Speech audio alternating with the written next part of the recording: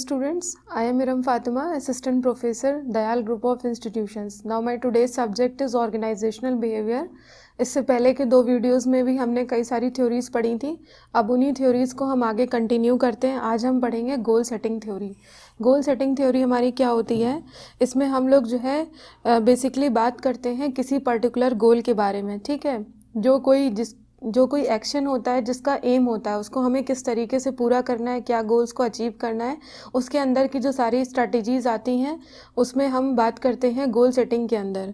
ठीक है, for example कि अगर हमें किसी वर्क को करने के लिए अच्छे से प्रोफिशिएंट तरीके से करना है, हमने उसका एक स्टैंडर्ड हाई कर रखा है, सीख कर रखा है कि हमें इस स्टैंडर्ड तक उस वर्क को कंप्लीट करना है और इतनी प्रोफिशिएंसी के साथ उसे कंप्लीट करना है. तो हम ये चाहते हैं कि हम उसको पर्टिकुलर टाइम लिमिट के अंदर ये वर्क हम अपना कंप्लीट करें. तो ऐसे कई सारे ऑर्गेनाइजेशन के गोल्स होते हैं, इंडस्ट्री के गोल्स होते हैं.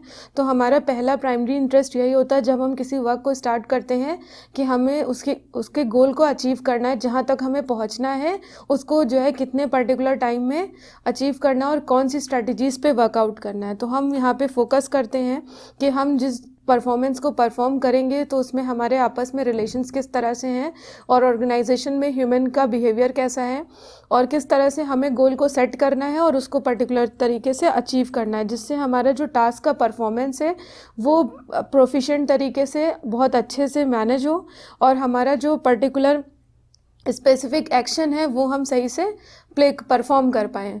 बेसिकली इसका मकसद यही होता है. फिर नेक्स्ट थ्योरी हमारी रेनफोर्समेंट थ्योरी. इसमें ये कहीं ना कहीं पैरेलल चलती है गोल सेटिंग थ्योरी के. उसमें भी यही चीज़ होती है कि हम ये सेट करते हैं अपने टारगेट को अचीव करने के लिए. यहाँ पे क्या होता है, इसका गोल सेटिंग थ्योरी ये प्रपोज करती है पर्टिकुलर इंडिविजुअल को अपने पर्पस को अचीव करने के लिए कि उसको अपने बिहेवियर को किस तरीके से ऑर्गेनाइजेशन में बिहेव करना है. ठीक है, रेनफोर्समेंट थ्योरी हमको आर्ग्यू करती है कि बिहेवियरली हमारा एक्सटर्नल कॉज क्या है, मतलब कि बाहर से हमें किस तरह से बिहेव करना है और जो हमारे अंदर की इमोशनल फीलिंग्स हैं और जो हमारा इंटरनल बिहेवियर है, अगर हमारे आसपास के एटमॉस्फेयर से या सर्कमस्टांसेस से हमारे ऊपर उसका इफ़ेक्ट पड़ रहा है तो कैसे हमें ख़ुद को पे कंट्रोल रखना है और उसके बाद फॉर्मल तरीके से अपने ऑर्गेनाइजेशन में बाहर क्या करना है, बिहेव करना है. ठीक है, तो रेनफोर्सेस होता है, उसका मतलब उनका हमारे ऊपर इफ़ेक्ट पड़ता है और उसके कॉन्सिक्वेंसेस से भी हम गुजरते हैं, उसके रिजल्ट्स भी गुजरते हैं, क्योंकि पर्टिकुलर कोई भी चीज़ होती है तो इसका इफ़ेक्ट हमारे ऊपर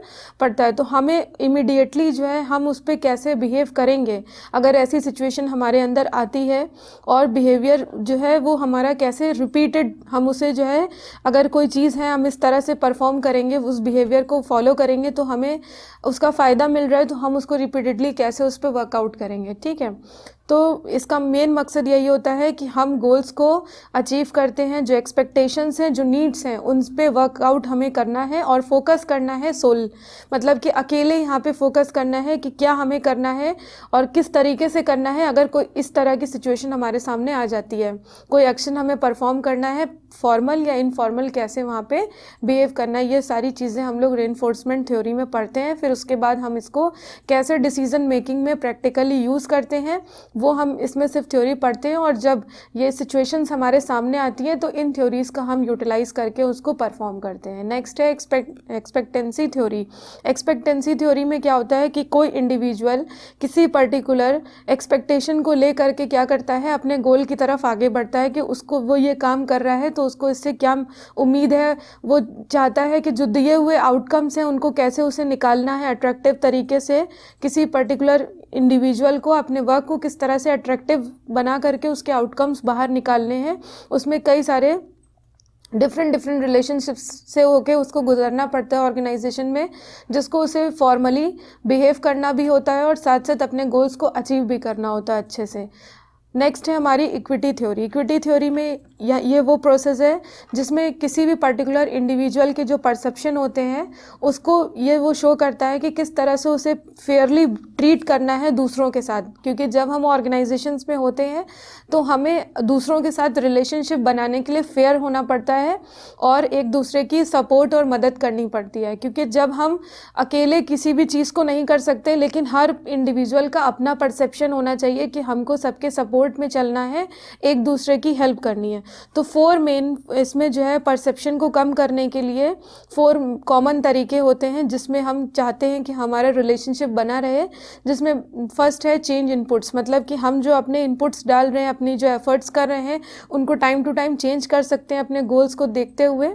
नेक्स्ट है हमारे जो आउटकम्स हैं, अगर इस बार हमने इतना वर्क किया है तो हम नेक्स्ट टाइम कोशिश करेंगे इतना ही वर्क करके हम उससे ज़्यादा आउटकम लाने की कोशिश करें। नेक्स्ट है डिस्टॉर्ट परसेप्शंस, मीन्स के जो है हमें अपने परसेप्शन को सही जगह पे रखना चाहिए, क्या एक्सपेक्टेशन है, क्या अवेबिलिटी है, उसको ध्यान में रखना चाहिए कि हमें किस तरह से अपने गोल को अचीव करना है। नेक्स्ट है लीडरशिप। लीडरशिप मीन्स कि जो भी लीडर होता है उसका मोस्ट सबसे ज़्यादा इन्फ्लुएंशियल मेंबर होता है किसी भी ग्रुप का, क्योंकि वो सारे ग्रुप पर्सन्स को अपने साथ लेके चलता है किसी भी पर्टिकुलर एम को लेकर के या गोल्स को जो सेट करने के लिए। तो जिस वे में उनको जाना है, जिस वे में उनको वर्क करना है, वो सारे लोग जो है वो लीडर के ऊपर अपने डिपेंडेंट रहते हैं, तो वो सबसे ज़्यादा एक्सपेक्टेड मेंबर होता है। और कंपनी एक लीडरशिप इसलिए लीडर मेंबर को रखती है कि हम जो है अपने जो ऑब्जेक्टिव्स हैं, जो जिन पे हमें वर्क करना है, वो ज़्यादा से ज़्यादा हम अच्छी तरह से परफॉर्म कर पाएँ और अपनी कॉस्ट को मिनिमाइज़ कर सकें। तो मेन वर्क जो है वो लीडरशिप का यही होता है। इसके बाद नेक्स्ट है ट्रेड थ्योरीज़।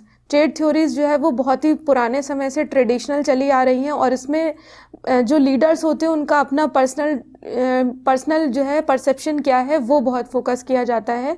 उसमें जो है उसके जो फॉलोवर्स हैं उसको किस तरह से फॉलो करेंगे। लीडरशिप का जो एक अकेले, क्योंकि हर एक ग्रुप का सिंगल लीडर होगा, उस लीडर का क्या अपना इंडिविजुअली परसेप्शन है उसको लेकर के उसे चलना पड़ता है। उसकी ये सारी इम्पॉर्टेंट कुछ पॉइंट्स हैं जिसकी वजह से हमारी इफ़ेक्टिव लीडरशिप हो सकती है। सबसे बड़ी बात यह है कि वो एम्बिशियस होना चाहिए, उसके अंदर फुल एनर्जी होनी चाहिए, उसके अंदर डिज़ायर होनी चाहिए कि वो लीड करना चाहता है अपने ग्रुप मेंबर्स को, अपने जो उसके अंडर में उसके काम कर रहे हैं। उसके अंदर ऑनेस्टी होनी चाहिए, इंटीग्रिटी होनी चाहिए, सेल्फ कॉन्फिडेंस होना चाहिए, वो इंटेलिजेंस होनी चाहिए, और उसके बाद जो इस फील्ड में वो वर्क कर रहा है अपनी जॉब के लिए उसके पास रेलेवेंट इन्फॉर्मेशन और नॉलेज होनी चाहिए। तो ट्रेड्स जो है वो अकेले, ये सारे ट्रेड्स अकेले ही सफिशिएंट नहीं होते। जब हम किसी वर्क को प्रैक्टिकली करते हैं तो वहाँ पे हमें सिचुएशंस बहुत तरह से हैंडल करनी पड़ती हैं, तो हमें वहाँ पे अपनी नॉलेज और बेसिकली अपनी इंटेलिजेंसी और लॉजिकल चीज़ों को लगा करके ही उसका यूटिलाइजेशन करना पड़ता है। तो एक्सप्लेनेशन जो है यहाँ पे स्लोली इग्नोर्ड है, बल्कि लीडर्स और उनके जो ग्रुप्स हैं वो सारे लोग सिचुएशनल फैक्टर्स के ऊपर डिपेंड करते हैं कि उनके ऊपर किस तरह की सिचुएशन पड़ रही है, उसके अकॉर्डिंग वो वर्क करते हैं। तो ये बहुत इंपॉर्टेंट है कि हमारे अंदर एप्रोप्रिएट ट्रेड्स होने चाहिए। सिर्फ यही ट्रेड्स कोई फिक्स नहीं है जो मैंने बताया कि एम्बिशियस है, एनर्जी है, उसके अलावा भी हमारी जो है सिचुएशन के हिसाब से ट्रेड्स होते हैं, उसके हिसाब से हमको वर्क करना चाहिए जिससे वो इफ़ेक्टिव लीडर बन सके और अपने गोल्स को अचीव कर सके ईज़िली। ठीक है, थैंक यू सो मच।